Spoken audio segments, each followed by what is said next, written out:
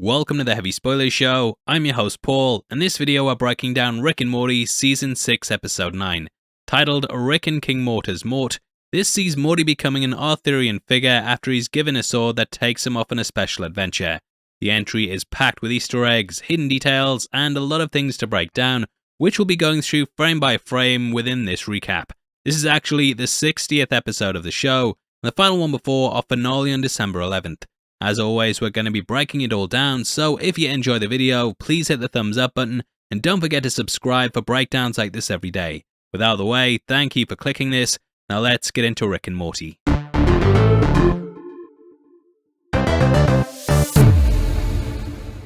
Okay, so as we mentioned, it's titled Rick and King Mortur's Mort, which is a play on another legendary film from the 90s. A kid in King Arthur's court dropped in 1995, and it followed a kid that loved baseball who came face to face with King Arthur. He fell through a crack in the ground caused by an earthquake and ended up training as a knight of Camelot.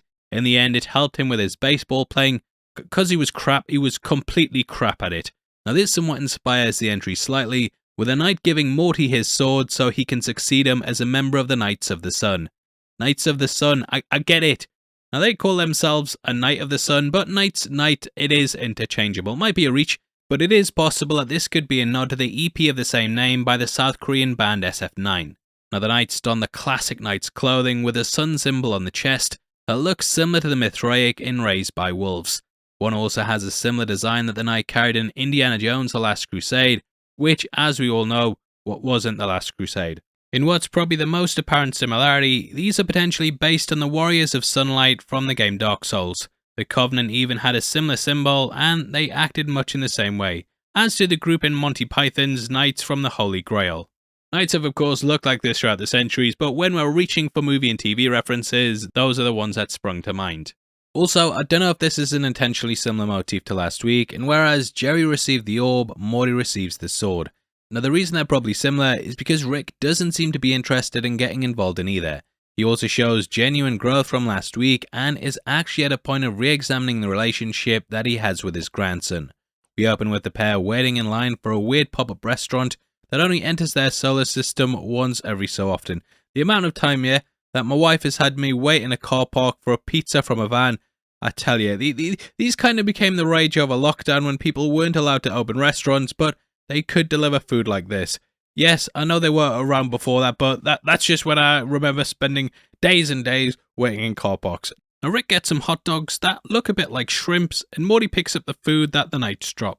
This starts off a quest, and it's a similar framing device to Westworld, when people would pick up Dolores' can, and it would start off an adventure. Realizing that he's good of heart, they ask him to join their ranks, and bring up that the knight's name is Sir Helios, and that they also defend Helios.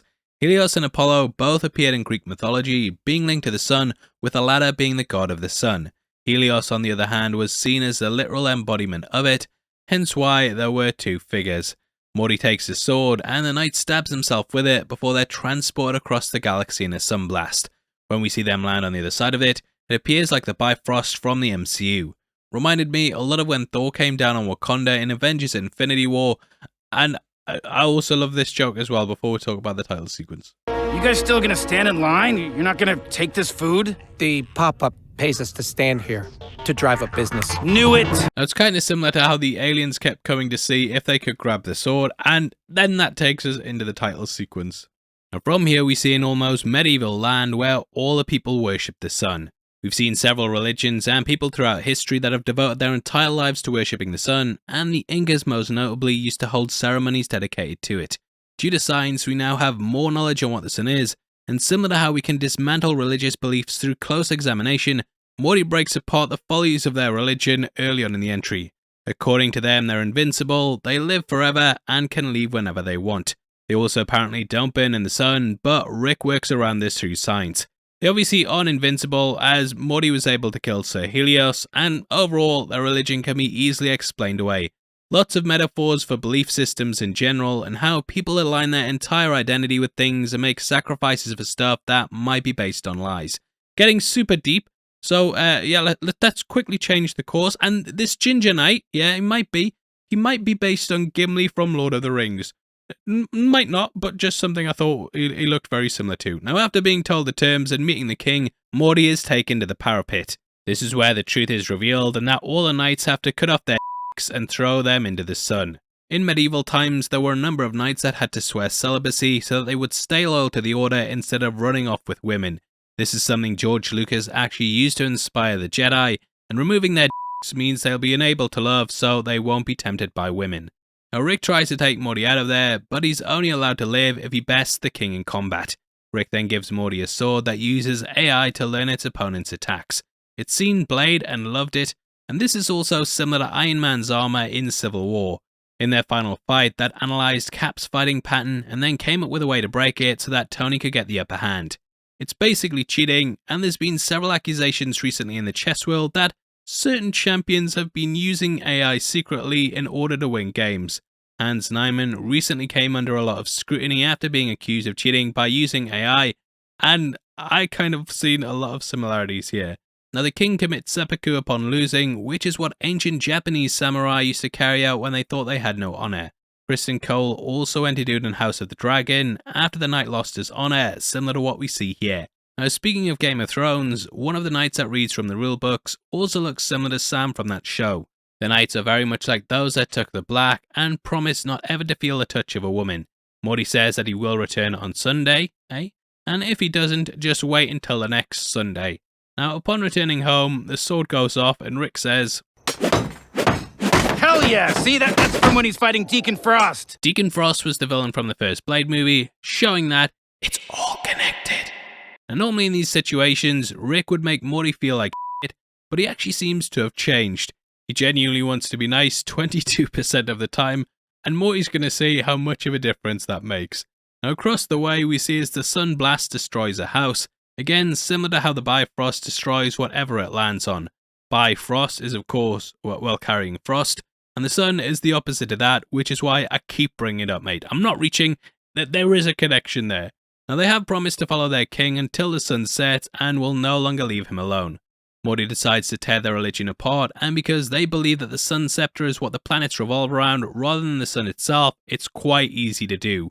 It's nice to see Space Beth with the family too, and she of course promised to visit them more.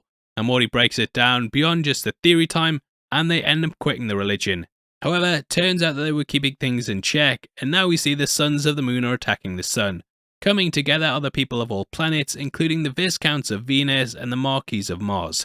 The people of Venus all look like women, and I think this was done to tie into the phrase, women are from Venus. The Marquises of Mars have their own style too, and shoutouts to our editor Matt for pointing out that they're wearing similar clothes to the characters in John Carter of Mars. A blind oracle then appears, and these were typically used in the olden days to prophesize the future. Most recently, an example of this could be found in the Northman with the seeress who was played by Bjork. You meet the Earl of Earth who looks identical to Santa, and also one that looks like Poseidon.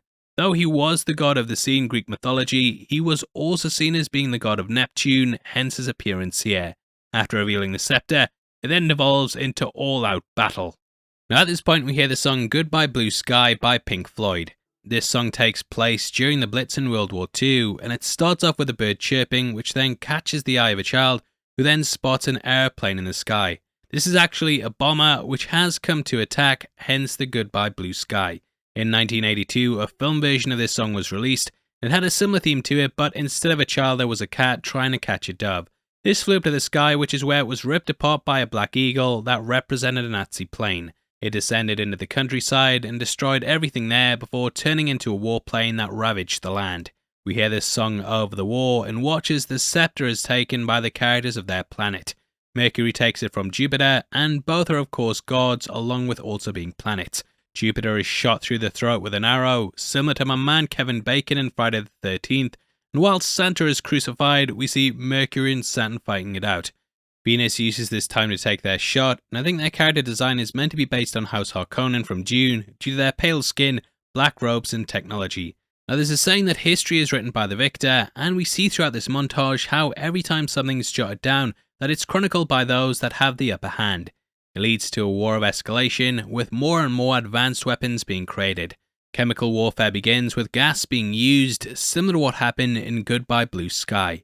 We see armies charging with towers full of soldiers, and in another Lord of the Rings reference, these look similar to the ones from Return of the King when the orcs storm Minas Tirith. There's also versions of the Valkyries that appear, and they're sort of like the new gods from DC Comics. The entire solar system is threatened because less advanced civilizations are given higher powered weapons, which Rick says is similar to giving the Amish some nukes. Morty just wants to abandon this universe, but Rick says they should stick it out. Morty then realizes that he needs to round up some knights. We find them in a drug house with marks on their arms and needles on the ground.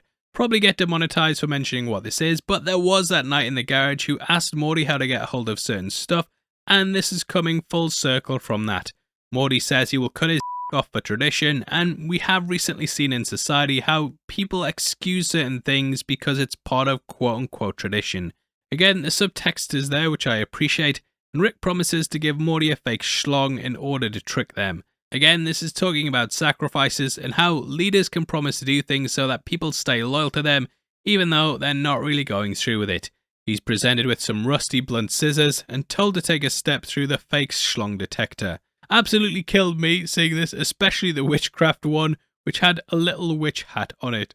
Rick then uses telepathy in one of the best and most awkward scenes I think we've seen in Rick and Morty.